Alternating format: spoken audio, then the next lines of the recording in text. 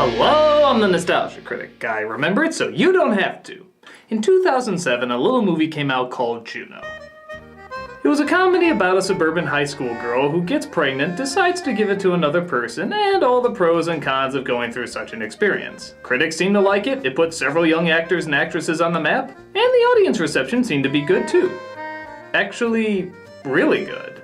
Like, every f***ing person was talking about this movie for a really, really long time. Have you seen Juno? You gotta see Juno. It opened my eyes to so many goddamn f***ing things. Really? This quirky little comedy about pregnant teenage girl? Well, okay, it may not be Oscar-worthy and everything, but holy shit, it seems to be Oscar-worthy and everything. Winning Best Original Screenplay and nominated for 3 others, including Best Picture. God damn, this movie was on fire for a while. But as its popularity got bigger and bigger, then came the inevitable backlash. But this isn't like Twilight backlash or Transformers backlash, where a certain audience hated it from the very beginning. This was a backlash from its very own fans. The movie didn't change, it remained exactly the same as it was before, with no sequel, remakes, or anything like that being done. Yet the same people who said they loved the film just a few months ago were suddenly revisiting it and realizing maybe it wasn't the big game changer that they thought it was. The term Junoing it started to come about, meaning when you look back at something you thought you loved but then realized it wasn't that great to begin with. Though the film is still well known, thoughts about it still remain kinda jumbled. Was it really a groundbreaking film, or did we all get wrapped up in the moment of a movie coming out in the right culture at the right time? I'll admit, I was kinda shocked at the attention the film was suddenly getting. I actually thought the director's previous comedy, Thank You for Smoking, was much more groundbreaking and took a lot more chances. I think for many people, it struck a chord because a story like this had never really been told quite in this way. Oh, don't get me wrong, the story of somebody giving birth is old as time itself. But this film seemed to come at it from a slightly different point of view. Most comedies of this nature focus on the adults and how much they overreact to the pregnancy. But here, not only is the focus on the girl who got pregnant, but the parents have a totally calm, if not surprisingly logical, talk about it.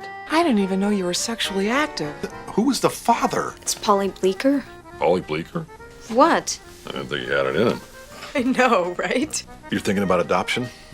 Yeah. There's no tears, there's no screaming, there's, well, none of the stuff that you normally see in movies. And this reaction alone took a lot of people by surprise. Is this how it is now? Parents don't even get that angry when this stuff happens? Well, wait. Maybe the idea is they know she's already putting herself through enough heartache over this that they know not to make the pain even worse. Is that it? Was that the intention? It's hard to say what exactly they were going for, and whether or not they're supposed to be accepted as these great logical parents or these terrible undercaring parents. But whatever your thought, this reaction seemed to be the kickoff to the movie's very different tone. The tone being that the hardships of teen pregnancy aren't ignored, they're just kind of looked at as very commonplace. Again, many people debated, is this really how it is now? And if so, should it be this way? Is it better to be calmer and more collected over this situation? Or is it being so easygoing that they're emphasizing it was never that big a deal to begin with?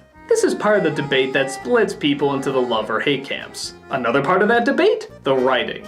Many people praise the writer for capturing the language of our youth, while others say it's pretty gimmicky and ridiculously awkward. Juno?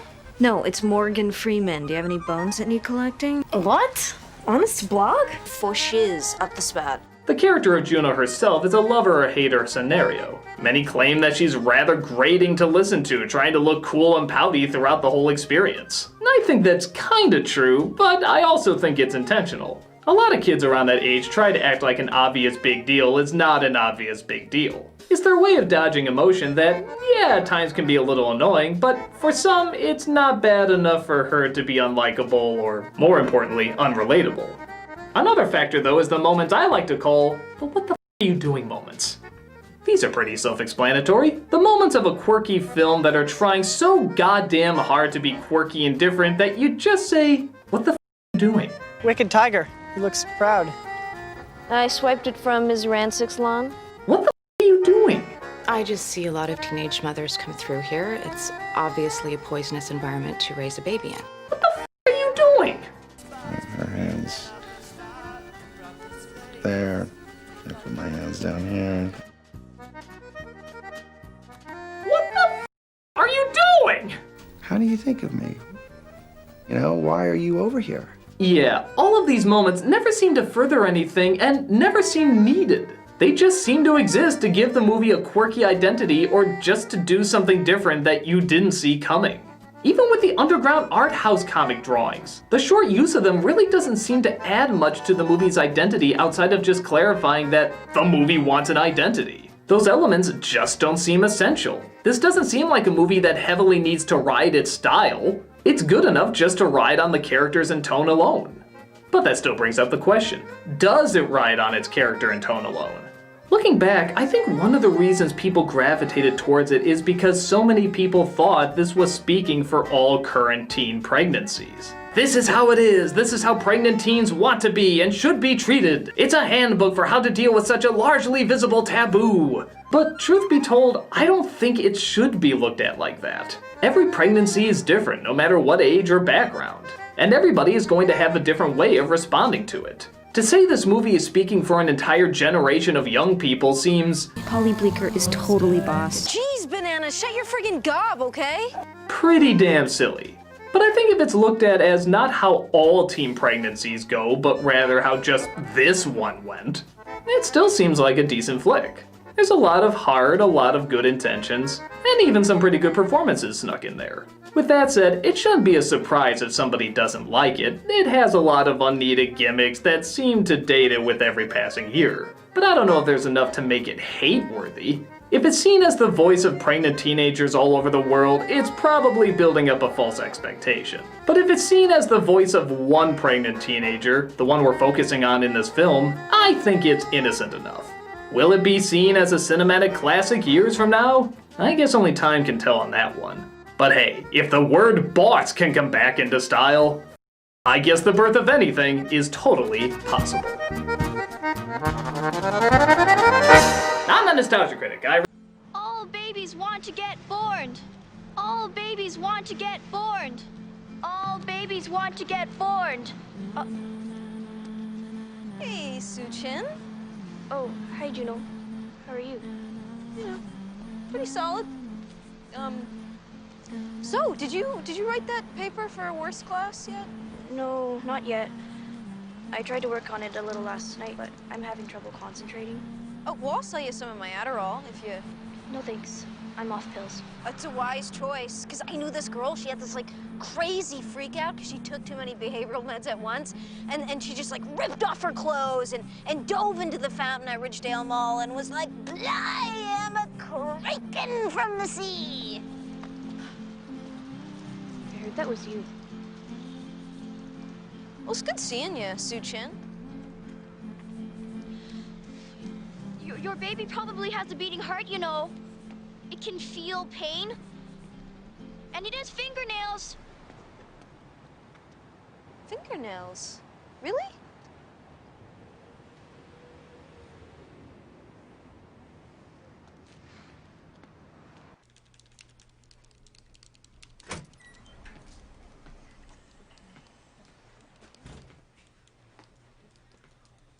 Welcome to Women Now, where women are trusted friends. Please put your hands where I can see them and surrender any bombs. Hey, I'm here for the big show. Your name, please? Juno McGuff. She thinks I'm using a fake name, like Jean Simmons or Mother Teresa. I need you to fill these out both sides and don't skip the hairy details. We need to know about every score and every sore. Would you like a free condom? Or boysenberry? No, I'm off sex right now. My boyfriend uses them every time we have intercourse. They make his junk smell like pie.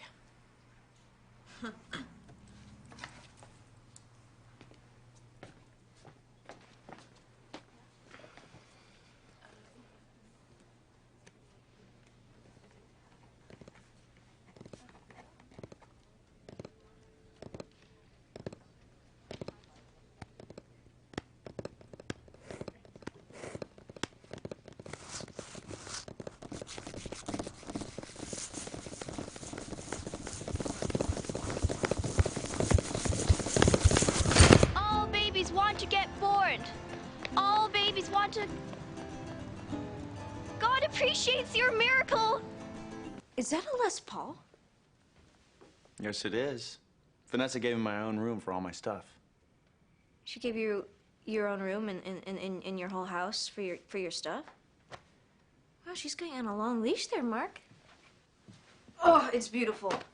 You know, I always loved Gibson way more than Fender. Like, just... What do you play? I rock a harmony.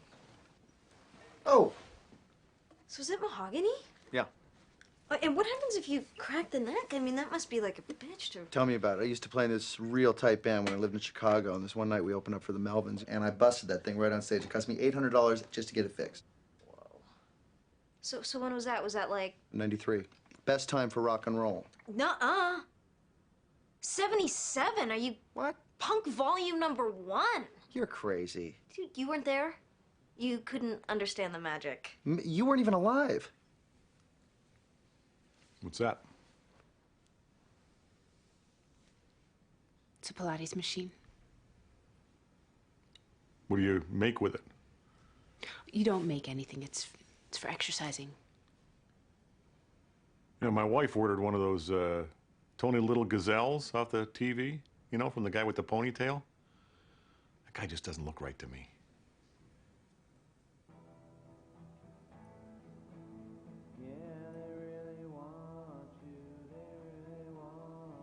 I'll be right back. Excuse me. They really want you, and I do too.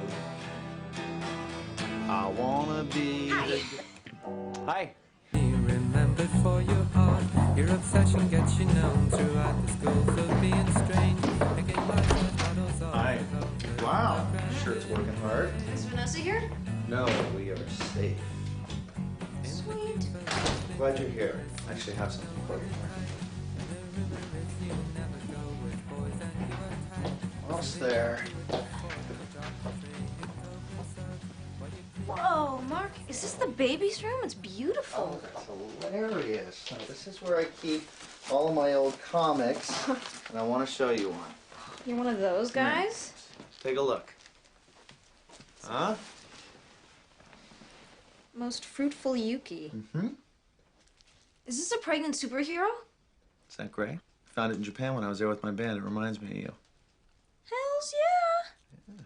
This actually makes me feel way less of a fat dork. Well, Yuki is a real badass, and you should be very proud to be in the same condition. Thank you. Yeah. Oh, how about some tunage? Tunage? Okay. Yeah, I got a bunch. All right, right don't there. look. Numero 3. Not looking. Okay, this one is actually kind of slow, but it's Mott the Hoople, so it's still totally rad and hardcore.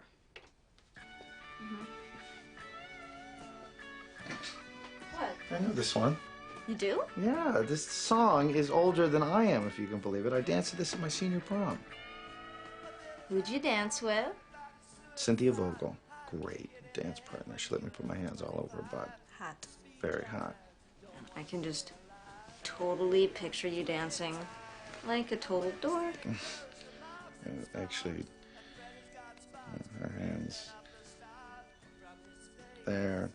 I put my hands down here. This is how we did it in '88. Like this. Just like this. Yeah. Have you ever been to a dance before?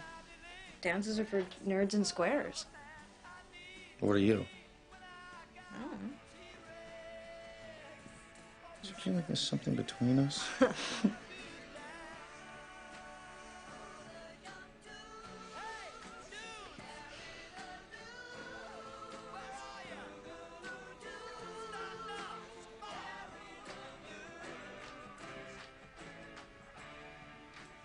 I'm leaving, Vanessa. What? I'm getting a place in the city. Got it all planned. This is something I've been wanting to do for a long time. No. No? No, you definitely can't do that. That's one big fat sack of... No. What is the matter? What the... I mean, you guys are supposed to take care of this, you know?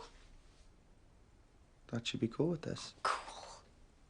I want things to be perfect. I don't want them to be shitty and broken like everyone else's family. Come on. Look, I'll have the baby, and Vanessa's gonna be so happy. You just... Baby's not gonna fix everything. Besides, I don't know if I'm even ready to be a father. But you're old.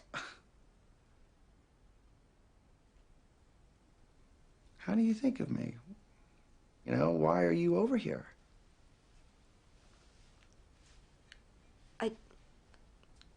I just like being a piece of furniture in your weird life. This is what my life has become. I mean, you know, I got stuff in boxes. You know, I'm underground. That's appealing to you? Is this my fault? No, Is Vanessa, like, mad at you because of me or something? it's got nothing to do with it. Vanessa and I aren't in love anymore. Well, you were in love when you married her. And if you're in love once, you can be in love again. Like my friend Leah, who's been with the same guy, like, 4 different times. You're just not trying hard enough. Such an idiot. I can't believe what an No, idiot I am. no, you know what, Mark? Oh, just do not divorce your wife. Will you please just do me a solid and stay with Vanessa? You're so young. I'm not that young, okay? I'm 16, all right? I'm old enough to know when someone's acting like a total a-hole. Oh, and you know what? I bought another Sonic Youth album, and it sucks. It's just noise.